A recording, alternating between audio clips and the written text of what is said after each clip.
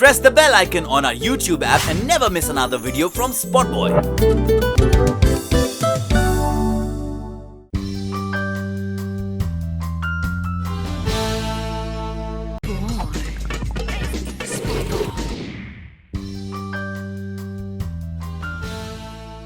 Well, a few years ago I had coined the phrase ABCD, which was anybody can dance, and I truly believe in it. So I think everybody should dance because, एक कहावत है in English which says, an apple a day keeps the doctor away. But I believe if you dance every day, you throw your worries away. And that's the whole philosophy of dance. Like, the dance is something that is not a choice for anybody anymore. I feel it is something that everybody should do. Not because I'm not saying that they should go into a dance class and join a class, but I'm just saying dance in your house, dance in your office, dance wherever you are on the street, simply because it kind of releases all the negativity, all the tension. It physically engages you, it emotionally raises your vibrations up, and it then creates such a beautiful energy in your own system, so much so that whatever you're doing after that, you are more calmer, more relaxed, more open, and that allows you to kind of really enjoy what you're doing, even if it's something that you don't like. So even if you're in the office and you don't like, and probably in every 3 or 4 hours, if they kind of just get up and do a little go-go dance, you see the whole energy of the office will change. And that's what happens to human beings. When we dance, there's a certain energy that shifts within us, and that is what I'm looking at.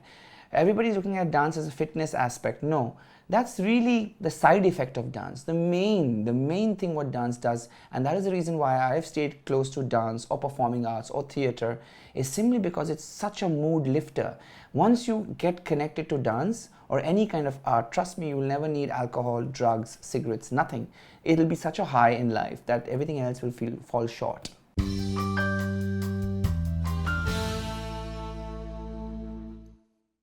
Well, I've never enjoyed myself so much as a choreographer, because only when I did television shows that I really enjoyed myself as a choreographer in Dance India Dance. But before that, when I was choreographing for films, I felt I was very limited, in the sense that I really felt I didn't need to be in the film industry, because the film industry really doesn't need me as a choreographer.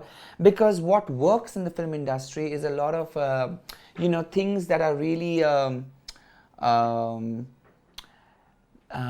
formula choreography. You're always doing things that has already been done before and are already successful. I am more of an experimental type of a guy. I like to experiment. I like to do different things. I like to do different things all the time. So which means, even if I am different from others in my choreography, but my next choreography cannot look similar to what I did earlier. So I'm my own biggest enemy, and therefore for me, I need a challenge. I need it to be different. I need to be experimental. I should not be so sure whether it will succeed. If I know it's going to succeed, that means I'm trying an old formula. Judging is something that I'm very close to my heart, because I've been a teacher, and as a teacher you have to constantly motivate the kids, motivate your students, but also when you're teaching professionally, you've got to be very critical and look at them and say, listen, this is where you're really not doing certain things correctly, and you need to change this, and this is a solution for this, and this is your technique going wrong. You're looking too labored when you're coming up. Your weight is too much on one side. How about shifting your weight? So that corrective, a mid-course correction that generally happens, and that correction and that mentoring has always been a part of my life ever since I was 15 when I started teaching dance. So I think it's a very natural fit for me to be a judge on television, because there I appreciate people who do well. I critique them, I help them, I make them understand what they have done, what mistakes they have done, and how they can rectify it. Yes, but I'm not, I'm a critical judge in that sense, but I'm not somebody who loves to, make fun of the person, or or criticize them and say that he's bad or she's bad. I'm no one to say that on television to anybody, or even in real life. What I like to do is tell them what they have done well in their dance, how can they improve it next time, what they are not doing well, and what they need to focus upon, and what is their strength and what is their weakness. And I think they need that critical assessment. So I'm more of an assessment person, and for assessment you need to see pros and cons. Well, I have a very amiable personality, so I generally have a great time with everybody and anybody who is my judge. So I have a really great time with Madhuri Dixit for sure. Like, I knew her. Shilpa Shetty is great as a co-judge because she's so down to earth, and so is Sonakshi. They're just so down to earth women. Actually, all three of them. And Geeta, of course, is from my own fraternity, so she's lovely, and I've known her like a friend, so it was so easy to be a judge. Same with Remo. Like, we've known each other in the same fraternity, so it was easy. But I'm talking about my other co-judges and other shows. Sajid also, he's got such a crazy sense of humor, and his offline comments are even more funnier than online comments, and he can keep you in splits. Like, when I'm with him, I'm in splits all the time. Like, there's no filter. Farah is amazing that way. She also is just crazy. So yeah, I mean, they have their personalities, and you know, I mean, absolutely crazy and wacky is Sajid. Like, wacky, like he can make a show, you know, in that sense. I miss him a lot.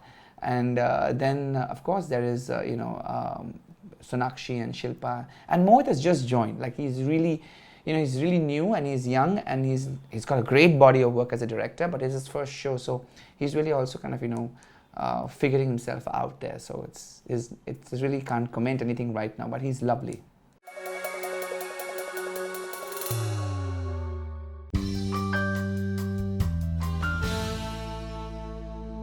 Listen, it happens all the time, even in this stage of my life. As sure, as rehearsed as I am, sometimes in the performance mode, I look at somebody in the audience and say, okay, I'm going to perform for this person, you know, because that person is looking at me, and then I get distracted, and I've forgotten. I'm like, shit, what the hell? And then I have to pretend that I've not forgotten, and I have to kind of do a swag or a style and say, and go back into the choreography. So it happens all the time, but fortunately, it just become very clever at, you know, hiding it. So we become very clever at cheating it. So it's an art. Earlier it used to show on our face. Now it's like, okay, even if we slip, it's like, okay, I'm just going to take that slip into something else and make it look like as though it was meant to be. So yeah, but it happens all the time.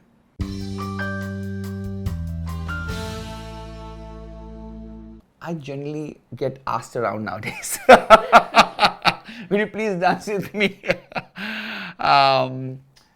I think, see, I've been in relationships all the time, so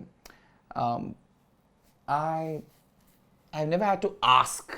I mean, it's a given. Like, in a relationship, you don't ask, you just dance together. But yeah, it reminds me of prom night for sure. I remember very well, just before prom night in Xavier's. Prom night was like the prom night for us, and it was a culture that was not there in any other college but in Xavier's. So it was like, we were like one of the few colleges who had that culture. And I remember everybody was picking up somebody, and I just picked up this really, really sweet girl.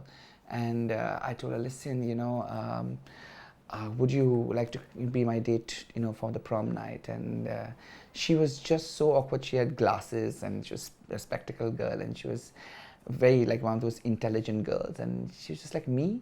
I said, but I don't know how to dance. And the best part, she says, I won't come with you because I know you're going to be a great dancer. You're going to show off, and I'll look like a fool. So I'm sorry, I'm not coming with you. So I got rejected.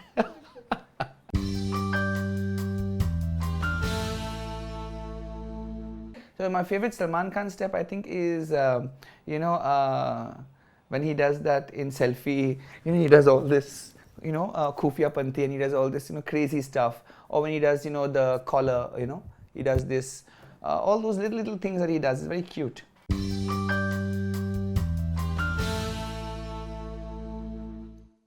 चलो उसका खुलासा भी कर लेते हैं. Chummeshwari, actually, to be very honest, and I'm going to tell this on first time telling you guys. So it was a slang. You know, Chummeshwari in college meant कि यार क्या लड़की यार किस करने का मन लग रहा है इसको. So whenever one hot chick passes saying Chummeshwari को देख यार, Chummeshwari को देख, right पे देख 12 बजे. So that was our language. And you know, I come from not very, although people think I'm very like cultured and all that, but I come from a Chawl, you know, so ours was a very desi language. And people always wonder how Terence Lewis speaks such great Hindi. It's just because I always spoke Hindi.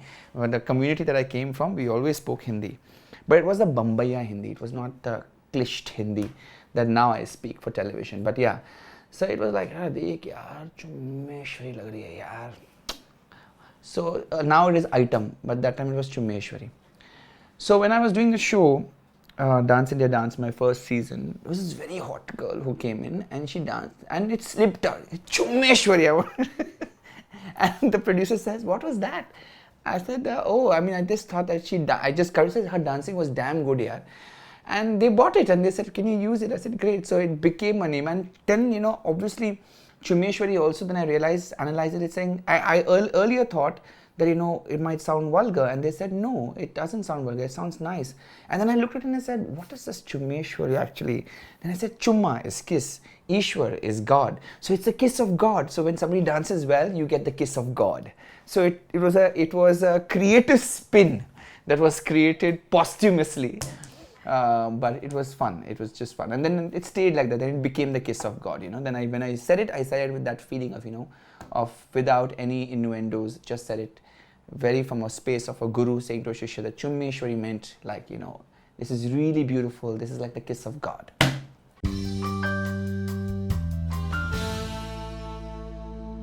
Awkward way to celebrate dance is to not dance. Is to sit at home and just listen and, you know, do bhajan or something like that. That would be very sad, like, you know, on a dance day, if you don't go and dance or don't listen to music, or probably take Maun Rat or something like that, or, you know, put earbuds on and don't listen to anybody, or, you know, shut yourself in a room. That would be the most awkward thing for dance.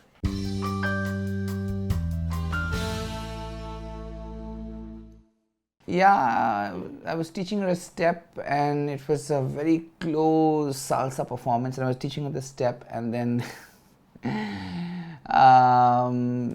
it was very odd. I mean, there was a kiss that happened. It was just like very weird, and my hands were on the wrong part of her body, and it was just very weird. So yeah, so it was, and it was being shot. So, you know, somebody was shooting it, and it was really funny because we couldn't stop, and we just moved, and we had to show it to the producer what we're going to be doing. So yeah, it happened like 2 years ago.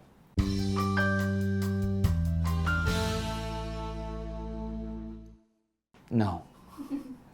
I really think I suck at these things, and I like to see people twerking.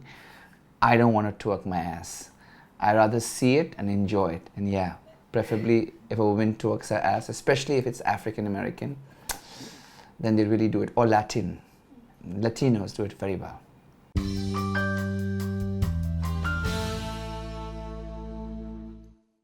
A random barat, no.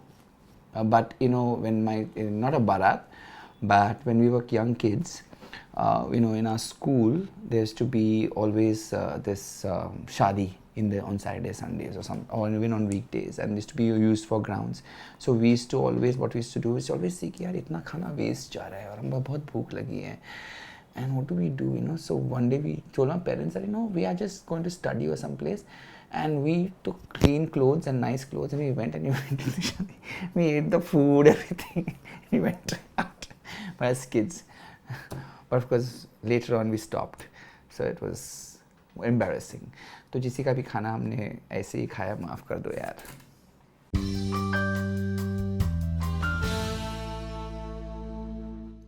It's a very strange thing, but I think anybody who feels that, you know, dancing is not a respectful career, I just want you to know that this is the only country in the world where culturally we're inclined to music and dance. That's one. Two is, before the Mughals and the British invaded us, you must realize that our gods are the only gods in the world that dance. Shiva did the Tandav. Krishna did his Ras Leela with so many women. So we have gods who dance. So I don't see why dancing has to be disrespectful. Then you should disrespect the gods who danced also. So in my opinion, respect the dancers who choose dance, especially men, because it's harder for men to choose dance because it's considered to be only. But the beauty of it is that the maximum of men in our country dance, as opposed to any other country in the world apart from Africa.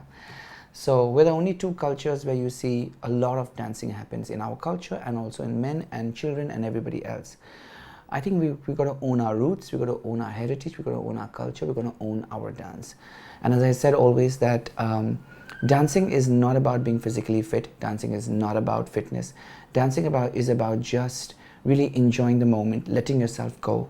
You know, it's like the world and everything around us that's really keys us in, and it winds us in, and there's too much pressure built in. With dancing and with music, it really allows that pressure to really relax, and then you kind of breathe out and you feel good, and it kind of changes everything about you. Not that the situation will change, not that your problems will go away, but you are in a better place mentally to handle those situations. So that's why I say, an apple a day keeps the doctor away, but dance every day and throw your blues away.